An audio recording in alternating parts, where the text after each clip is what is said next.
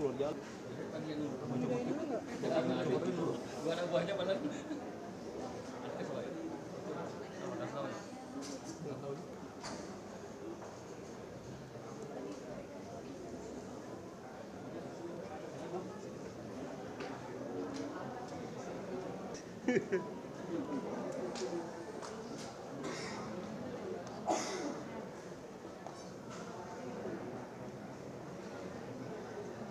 Tutupan TV nih plasma.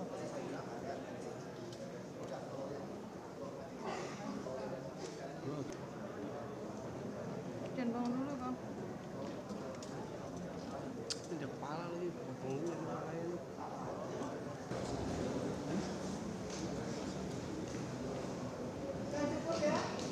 Terima kasih Ibu. Yuk. Nunduk itu fan. Nunduk fan.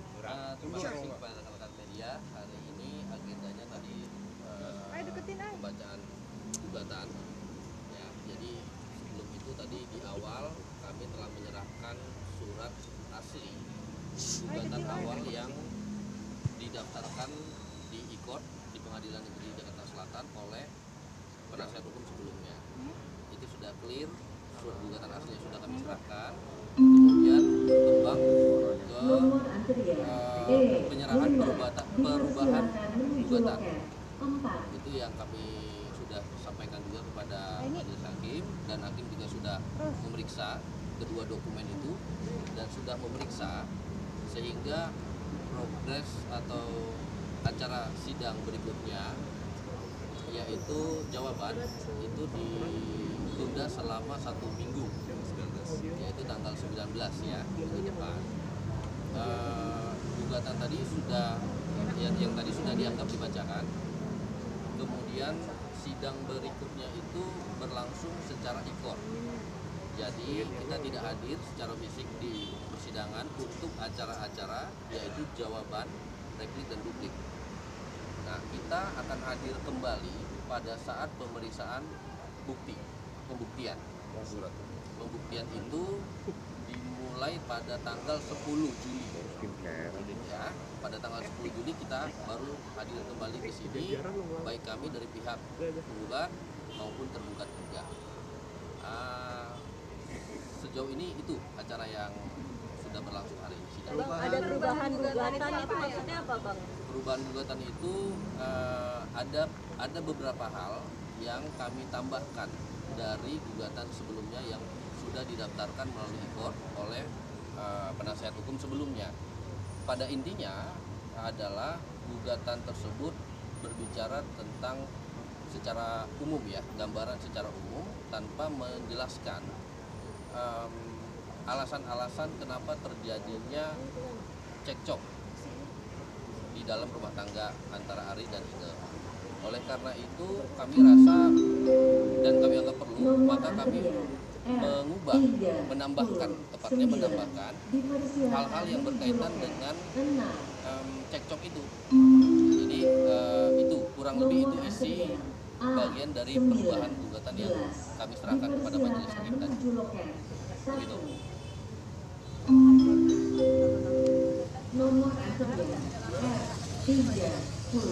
Oh, anak-anak enggak. Dari awal kita ataupun Ari khususnya itu tidak pernah melarang untuk bertemu dengan ibunya sampai hari ini, dan sampai nanti pun setelah ini diputus cerai itu tidak ada keinginan atau rencana Ari untuk memisahkan anak dengan orang tuanya, dengan ibu kandungnya. Jadi itu juga yang menjadi poin di dalam perubahan gugatan kami. Kami sedikit menjelaskan bahwa akan ke depan itu akan seperti apa, yaitu yang tadi bahwa anak-anak tidak akan diputus hubungannya, mereka akan bertemu kapanpun mereka mau, mereka bisa bertemu dengan ibunya. Begitu juga Inge, kapanpun Inge mau, Inge bisa bertemu anak-anaknya. Gitu. Komunikasi tinggal sama ayahnya, karena ayahnya Kalau sekarang kan memang mereka masih satu atap ya, satu atap, satu tempat tinggal begitu. Jadi memang sekarang masih terus bertemu. baik itu dengan ingenya, anak-anak dengan ingenya ataupun anak-anak dengan arinya sendiri. Gitu. Bang, desas-desus orang ketiga katanya gimana nih Bang? Kalau untuk orang ketiga memang kan itu sudah masuk ke dalam pokok perkara, materi pokok perkara. Jadi dan ini kan juga sidangnya kan tertutup. Nah, jadi kita mohon maaf itu kita lihat aja nanti di pembuktiannya. Pada intinya adalah penyebab dari perceraian ini karena adanya pihak ketiga. Nah, jadi apakah itu siapa, kejadiannya seperti apa, di mana tempatnya, kapan, itu nanti kita lihat di pembuktian. Gitu ya. Berarti ada buktinya ya Bang? Kalau datang lagi ya Bang? Pemisahan harta itu sudah dibuat, disepakati oleh para pihak itu pada bulan Mei 2006. Jadi itu sudah terjadi sebelum sebelum perkawinan itu berlangsung sebenarnya. Jadi antara para pihak memang sudah sepakat dan mengerti konsekuensinya apa dari perjanjian perkawinan itu. Nah, perjanjian perkawinan itulah yang menjadi dasar hukum untuk mengatakan bahwa tidak ada pembagian harta gono gini di dalam perkara perceraian ini. Jadi semuanya kalau bicara soal harta itu mengacu kepada perjanjian perkawinan. Gitu ya.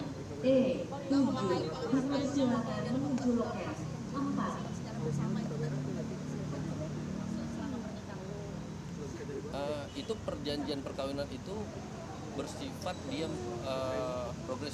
progresif, artinya dia maju. Itu dibuat tahun 2006.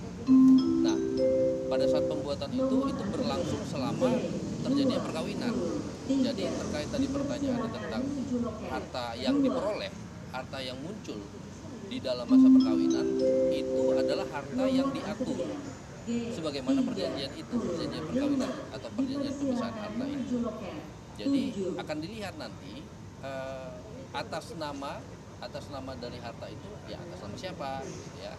Ya kalau itu ditulis atau tertulis atas nama Ari ya itu adalah milik Ari. Kalau ditulis atas nama Inge ya itu milik Inge. Gitu aja. Bang, untuk tudingan Tetap dong. Ya tetap dan sampai sekarang ada aset yang atas nama Inge gitu.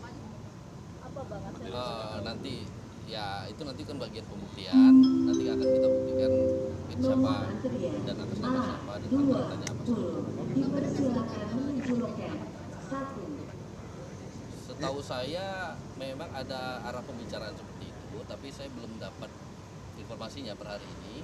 Apakah akan seperti apa, mulainya kapan, mekanismenya seperti apa, itu belum kita belum dapatkan. Bang, terkait orang ketiga, buktinya yang sudah dikantongi apa aja Bang? Rumah apa ya? Bukti-buktinya itu nanti di persidangan ya. Itu kan materi komunikasi ada komunikasi. Tapi Mas Hari ada mau datang aja Mas, ada jadwal datang aja sidang atau seperti apa? Jadwal datang sidang mereka tidak perlu hadir lagi karena per hari ini dan kemarin juga mulainya kemarin itu sudah hanya penasihat hukum yang saling bertemu yang bekerja. Saat putusan belum tahu kita apakah mereka hadir, mereka ya nanti tergantung kapan putusannya, mereka ada waktu kosong atau tidak ya gitu ya. Sidang selanjutnya kapan ya Bang? Sidang selanjutnya tanggal Untuk hadir secara fisik lagi tanggal 10 Juli. 10 Juli ya. Dalam agenda? Dalam agenda pembuktian, bukti surat, pemeriksaan bukti surat. Dipersilakan Iya, menunjukkan ya penggugat dulu. Kamera Bang. 10 Juli 2023. nomor antrian Ekor. Per hari ini sampai sebelum 10 Juli masih prosesnya ekor. 7 terima kasih ya. nomor antrian Mangga Sinta. dipersilakan. Oke, mulai dah. Oke, Bang Sapar, mungkin tadi proses sidangnya seperti apa? Karena dari pihak sana sudah mengajukan perubahan nota gugatan. Oke, bisa saya jelaskan. Kamera Bang. Awalnya persidangan ini agak sedikit tertunda dikarenakan ada penggantian kuasa hukum dari pihak Mas Ari. Sementara awalnya yaitu kuasa hukum pengganti tidak membawa surat pencabutan dari kuasa hukum yang lama. Tidak membawa surat pencabutan dari kuasa hukum yang lama. Kemudian proses mediasi tidak membawakan hasil, kemudian pembacaan gugatan. Begitu pembacaan gugatan, kuasa hukum Mas Ari pun tidak bisa menunjukkan gugatan yang asli yang sesuai didaftarkan di EKOT. Sesuai dengan Perma nomor 1 tahun 2019 sebagaimana dirubah dengan Perma nomor 7 2022. Jadi sistem administrasi dan sidang di pengadilan secara elektronik itu diatur khusus di Perma itu. Nah, terus hari ini agendanya pembacaan dakwaan terus perubahan gugatan ya. Perubahan gugatan, pembacaan gugatan, terus perubahan gugatan. Insya Allah minggu depan kami akan mempersiapkan jawabannya. Kalau saya baca tadi memang ada dakwaan yang menyebutkan ada pihak ketiga di situ. Tapi itu nanti harus kita buktikan di persidangan. Serasa itu. Ada lagi? Dari pihak Mbak Inge-nya gimana, ada tudingan orang ketiga? Dari pihak Mbak Inge sendiri kemarin sudah mengatakan kepada kami bahwa pihak ketiga itu tidak benar. Karena maka itu nanti saya sebagai kuasa hukumnya akan saya minta dibuktikan di pengadilan gitu. Karena kalau udah pihak ketiga itu kan asumsinya bukan selingkuh ya. Pihak ketiga itu bukan berarti selingkuh. Kalau udah nyudutkan bilang selingkuh, itu berarti kan udah pidana. Karena baru pihak ketiga, saya minta untuk dibuktikan nanti tuduhannya itu. Mbak Inge-nya nggak hadir? Kenapa Pak? Mbak Inge hari ini tidak bisa hadir, ada acara yang nggak bisa ditinggal. Acara pekerjaan Pak? Iya, waduh kurang tahu spesifiknya. Bang, mengenai pemisahan harta Bang, sampai saat ini Inge mendapat haknya atau tidak ya Bang? Itu yang lagi pengen kami perjuangkan terhadap pemisahan harta itu karena pemisahan harta itu kan bukan akhir dari segalanya. Di pasal 1320 itu masih bisa dibatalkan. Seperti itu. Mengenai perjanjian pernikah itu Iya. Mbak? Iyalah, sangat memberatkan. Bang, tadi kan kata pengacara sebelah pemisahan harta itu kan juga sudah dilakukan dari tahun 2006. Lalu saat harta didapat setelah terjadinya pernikahan menjadi milik atas nama masing-masing. Selama pernikahan sendiri Inge mendapat atas nama beliau sendiri nggak sih Bang? Enggak, jadi Mbak Inge tidak punya apa-apa dari hasil perkawinan dengan Mas Ari itu secara harta ya, itu nggak dapat apa-apa. Oleh karenanya kami akan mohon kepada hakim untuk memutus perkara ini dengan seadil-adilnya supaya Mbak Inge mendapatkan haknya terhadap harta itu. Kan sesuai dengan Perma nomor 3 tahun 2017 terhadap orang perempuan yang menghadapi masalah hukum itu hakimlah yang punya kewenangan untuk menentukan. Walaupun itu sudah ada 1320-nya perjanjian pisah harta. Jadi selama pernikahan berlangsung tidak ada harta yang mengatasnamakan Mbak Inge gitu? Tidak sama sekali. Sekarang Mbak Inge sendiri Kabarnya sih masih tinggal. rencananya nanti setelah berpisah Mbak Inge akan ngontrak atau balik ke rumah orang tuanya atau di rumah? Belum dapat kabar seperti apa nanti selanjutnya karena kan biar bagaimanapun nunggu putusan ingkrah dulu. Putusan ingkrah dulu ini karena ini kan peradilan ini kan panjang prosesnya karena kalau memang itu sama-sama sepakat sebenarnya sih nggak pakai bertele-tele kayak begini. Cukup kedua belah pihak duduk, oke, kita sepakat untuk cerai dengan catatan bla bla bla bla bla, kalau memang sepakat ya udah selesai. Mengenai peminjaman apartemen dari Aribo untuk Inge itu benar nggak Bang?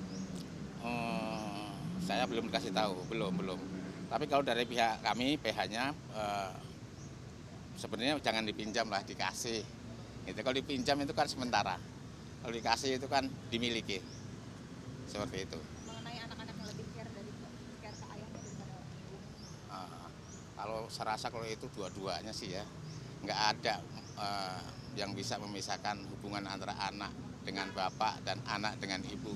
Saya rasa kedua belah pihak itu memang karena itu buah hati mereka, jadi tetap nggak bisa dipisahkan itu. Mungkin hari ini condong ke bapak, mungkin besok condong ke ibu dan sebaliknya kayak begitu. Bang Japar, apa benar selama ini belakangan Mbak Inge kemana-mana naik Grab? informasi dari beliau seperti itu. Alasannya kenapa? Apa karena tidak dipinjami atau tidak ada kendaraan? Wah, saya kurang tahu deh masalah itu. Saya nggak nanya sampai sejauh itu. Sidang selanjutnya kapan? Sidang selanjutnya Senin depan. Litigasi ekot. Jadi jawaban dari pihak kami. Iya. Rencana Mbak Inga akan menghadiri persidangan kapan Bang? Insya Allah nanti pemeriksaan saksi kali ya, pemeriksaan saksi sama barang bukti. Sudah mempersiapkan saksi Bang dari pihak Mbak Inga? Iya pastilah. Siapa? Siapa saksinya belum diungkapkan ke kami, jadi nanti masih nunggu informasi selanjutnya dari Mbak Inga. Pemeriksaan saksi itu tanggal berapa nanti? Kan menurut alur persidangan itu begitu jawaban, ya, replik, duplik, terus bukti, kemudian pemeriksaan saksi, kemudian kesimpulan. Jadi masih sekitar 3 minggu lagi. Bang, boleh coba video call Mbak Inga Bang?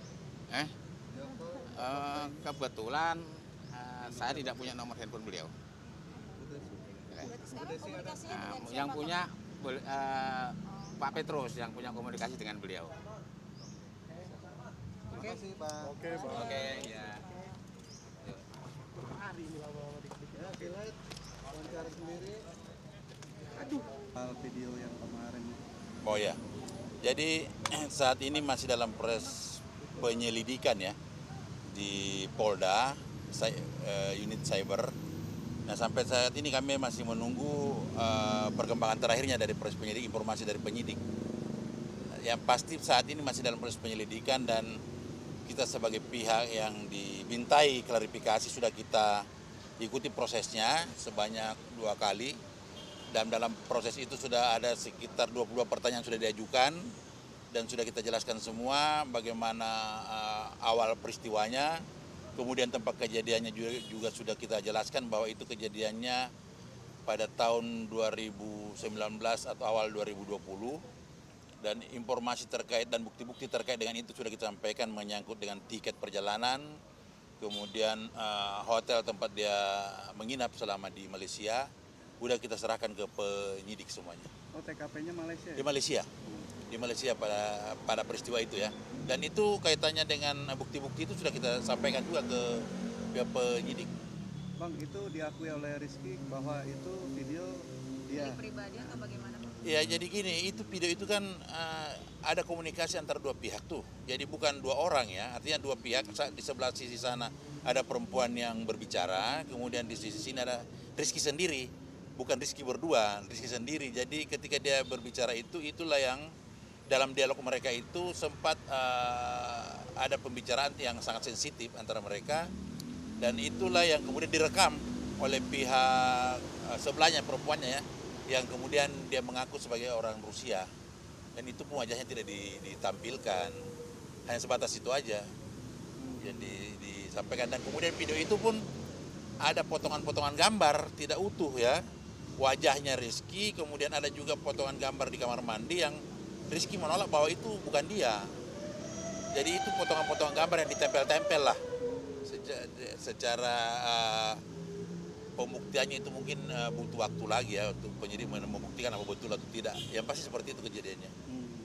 Ya. Tapi Rizky sendiri akan kembali dipanggil Kapolda lagi?